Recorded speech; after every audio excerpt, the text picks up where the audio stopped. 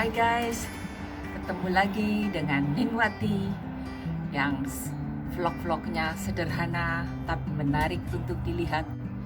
Kali ini aku mau mengenang 7 tahun meninggalnya ibu, yaitu tepatnya tanggal 9 April 2014, dimana waktu itu ibuku sebelumnya sudah lama sakit-sakitan sejak dia pensiun, kira-kira ya umur 60-an gitu. Ibuku mulai sakit-sakitan, diabetes datang, padahal awal-awalnya nggak pernah diabetes. Setelah pensiun diabetes, terus ada macam-macam pokoknya. Kan diabetes itu ibunya penyakit ya, jadi bisa merembet kemana-mana, ke jantung, ke mata, terus ginjal, pokoknya banyak deh kalau kita nggak mau diet dan menjaga pola makan. Nah, ibu saya ini orangnya selalu aktif dulu, waktu masih kerja juga selalu olahraga, jadi kita juga kaget waktu ibuku terkena diabetes. Tapi ibuku memang paling suka makan manis, terutama coklat. Itu ya, setelah itu makin lama makin parah sakitnya, sampai akhirnya 2014 itu ibuku meninggal. Sebelumnya sudah sakit-sakitan, dan waktu aku ke Belanda juga tambah parah. Karena apa? Ibuku itu selama hidup dengan aku 35 tahun hidup dengan aku, dia tuh nggak pernah pisah sama aku, juga aku nggak pernah pisah sama ibuku. Jadi kita selalu hubungannya tuh erat gitu ya. Ibu suka curhat, sampai kalau aku pulang kerja itu waktu itu sudah dicurhati macam-macam, tak dengerin aja sambil tidur sampai ketiduran. Begitulah kebiasaannya, sampai suatu saat aku ketemu jodoh yang tinggal di Belanda dan aku diboyong di Belanda. Nah itu ibuku nggak bisa terima. Ibuku merasa kehilangan, karena kan aku cuma 2 bersaudara, kakakku udah nikah duluan lama, terus tinggalnya jauh, jadi so hanya aku yang dekat dengan beliau ya. Tapi ya terus aku pindah, ibuku seperti kehilangan pegangan gitu, kasihan sebetulnya. Dan beberapa kali mau tak ajak ke sini, sudah tak sponsori, beberapa kali pula penyakitnya anfal dan lebih parah, dan dokternya bilang jangan terbang jauh dan lama, itu bahaya untuk kesehatan jantung ibuku. Ya akhirnya aku mau nggak mau mengerti keadaan itu, walaupun ibuku nggak agak sih, kecewa sekali, karena dia pengen sekali ke Belanda, pengen lihat aku hidupnya gimana, terus cucunya ini gimana ya. Akhirnya kita putuskan, aku dan suamiku, untuk tiap tahun pulang ke Indonesia supaya anakku ini kenal dengan orang tuaku. Begitulah sampai sampai tahun 2012 kita selalu pulang ke Indonesia, selalu, bahkan 1 tahun bisa 2-3 kali pulang, hanya untuk ketemu ibuku. Kan tiap saat dia, aku kangen, nangis-nangis, kita pulang. Ya waktu itu suamiku masih punya usaha sendiri, jadi enak, mau langsung wes ke sana, wes ke sini bisa, begitu. Nah itulah rencana Tuhan ya, kita nggak tahu. Jadi kita dulu fokus sampai tahun 2014 itu tiap kali ada liburan summer kita pulang ke Indonesia untuk ibuku dan untuk anakku, karena hanya 1 tahun 1 bulan 30 hari loh. Masa kita nggak mau menggunakan waktu kita untuk orang tua kita yang telah melahirkan kita. Nah untungnya aku punya suami yang baik hati, yang pengertian ya. Jadi dia tidak menomorsatukan uang itu bisa dicari, tapi kebahagiaan itu harus dicari. Aku masih ingat suamiku ngomong begitu. Kita nggak punya uang lebih, tapi kalau kita punya rezeki, ayo kita pulang. Ya, jadi selalu kita pulang waktu itu. Jadi ibuku sudah mengenal anakku, sudah tahu sifat anakku, sudah tahu kesukaan makan anakku. Jadi ya untuk ibuku juga seneng ya. Oh, aku ternyata mengenal cucuku walaupun jauh, tapi mereka selalu datang tiap tahun. Juga selalu tiap hari telepon. Kalau tak telepon malam-malam selalu diangkat. Ibuku suka telepon malam-malam ya. Ya begitulah orang tua ya. Untungnya lagi suamiku ini bukan suami yang perhitungan. Apapun yang aku lakukan selama itu baik dan positif, dia selalu menyetujuinya. Ibuku mempunyai sifat yang jauh beda dengan bapakku. Bapakku orangnya keras, tegas. Kalau ibuku itu orangnya diem dan tidak pernah menasehati aku. Karena ibuku mikir, aku sudah tahu semuanya. Aku tahu apa yang aku lakukan. Ibuku hanya bilang, jangan menyakiti orang dan berbuatlah yang positif. Udah gitu aja. Jadi aku mau waktu itu pacaran dengan siapa, ibuku selalu bilang, jaga diri baik-baik ya, karena kamu wanita. Sudah itu aja. Ibuku tidak pernah, oh kamu ini, oh ini anaknya orang kaya, oh ini bapaknya gini, tidak pernah. Karena kita sendiri pun juga bukan orang kaya, tapi kita mempunyai sopan santun, terus kita bisa menjaga diri, itu aja. Jadi ibuku pesennya itu aja, gak pernah yang aneh-aneh. Siapapun yang jadi pacarku, ibuku setuju. Walaupun beda agama, ibuku selalu bilang, kamu nanti jangan pindah agama ya, gitu. Padahal aku nggak ada niatan untuk sampai ke situ, tapi ibuku udah mikirnya ke situ. Ya itu yang aku inget ya. Ya untungnya aku selalu berjalan pada yang jalur yang ada lah, gitu.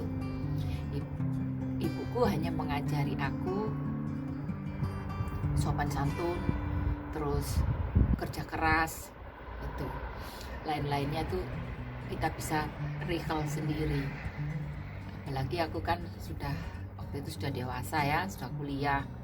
Jadi ibuku nggak perlu banyak ngomong, banyak ini. Tapi waktu aku tinggal di Belanda, kalau aku pulang, balik lagi ke Belanda, ibuku selalu nangis sekali. Dia nggak mau aku tinggal di Belanda. Dia mau aku di sisinya.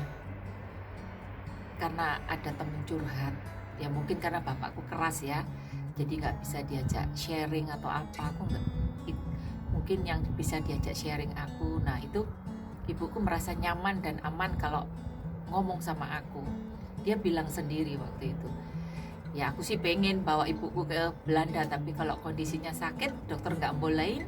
Kalau di pesawat ada apa-apa kan juga riskan ya. Jadi ya udahlah, kita putuskan itu tiap tahun kita pulang. Ya senang sampai dengan tahun 2014 akhirnya ibuku nggak bisa dipertahankan lagi dan aku pulang langsung juga ke rumah sakit seperti halnya bapakku dulu yang juga begitu. Jadi aku nungguin ibuku di ICU, tapi waktu aku ketemu ibuku di rumah sakit, dia sudah hanya ketemu aku 2 menit. Setelah itu dia nggak sadar. Dia hanya bilang, "Loh Wati sudah pulang. Mana cucuku?" Mungkin yang dimaksud anakku ya, karena aku nggak bawa Brian juga, nggak, suamiku nggak ikut karena kondisinya kondisi urgent gini kan. Suamiku kerja ikut orang, nggak bisa tuh langsung gitu, sudah aku aja deh gitu.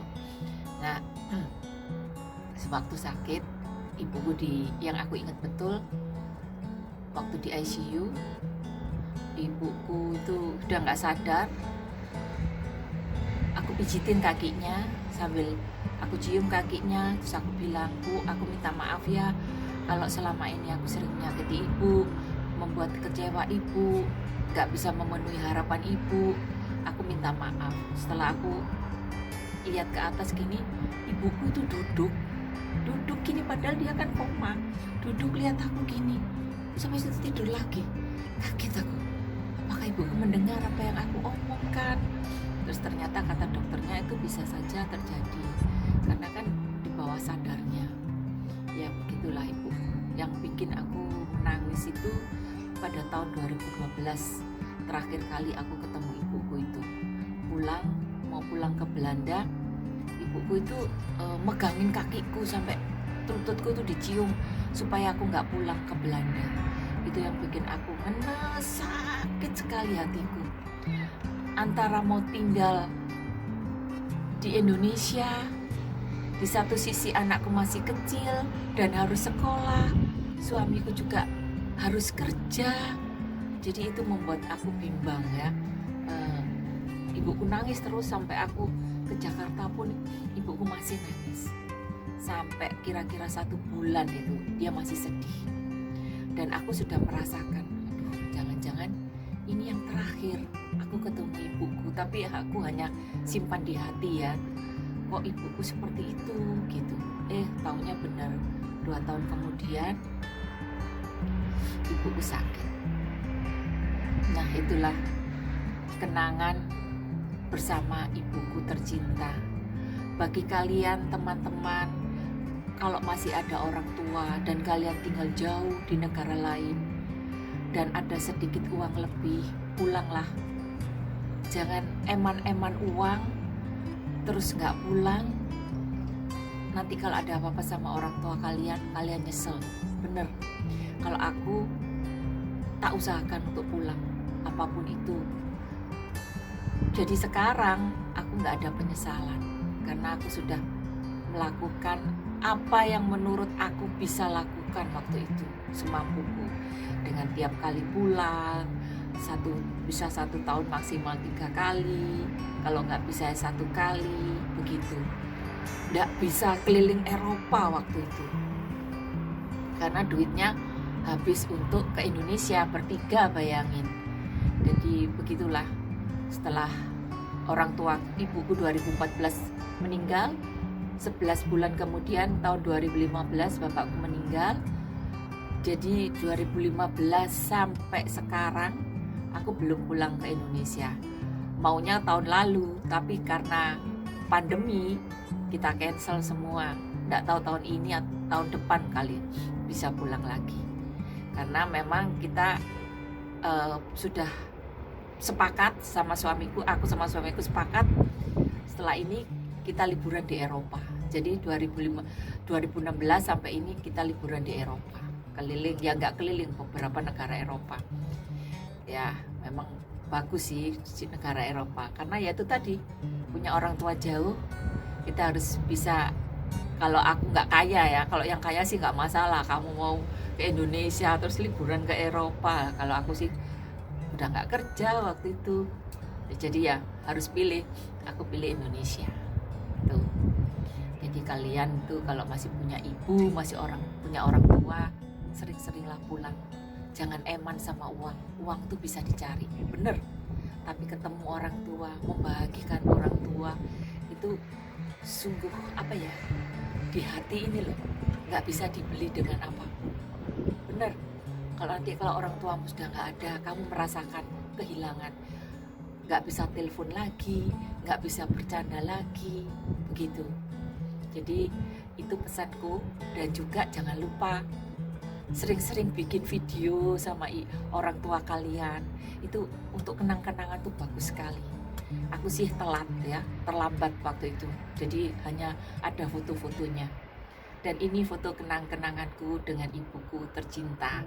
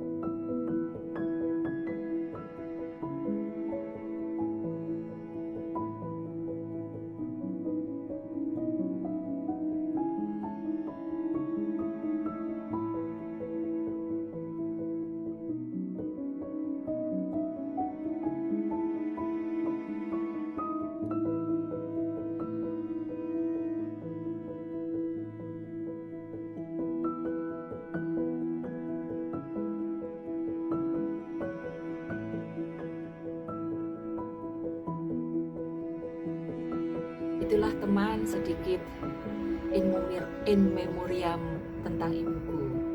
Semoga ceritaku ini membawa manfaat bagi kalian semua. Apabila masih punya orang tua, sayangilah orang tua kalian, dan kalau pulang, sempatkanlah waktu kalian untuk orang tua. 1 tahun hanya mungkin maksimal 30 hari. Jadi pergunakan waktu yang 30 hari itu benar-benar untuk orang tua kalian, supaya kalian itu tidak menyesal di kemudian hari, dan juga orang tua kalian itu puas ketemu anaknya, kangen-kangenan 30 hari. Aku dulu waktu ada orang tuaku jarang sekali kopi darat reuni sama teman-teman, itu jarang sekali.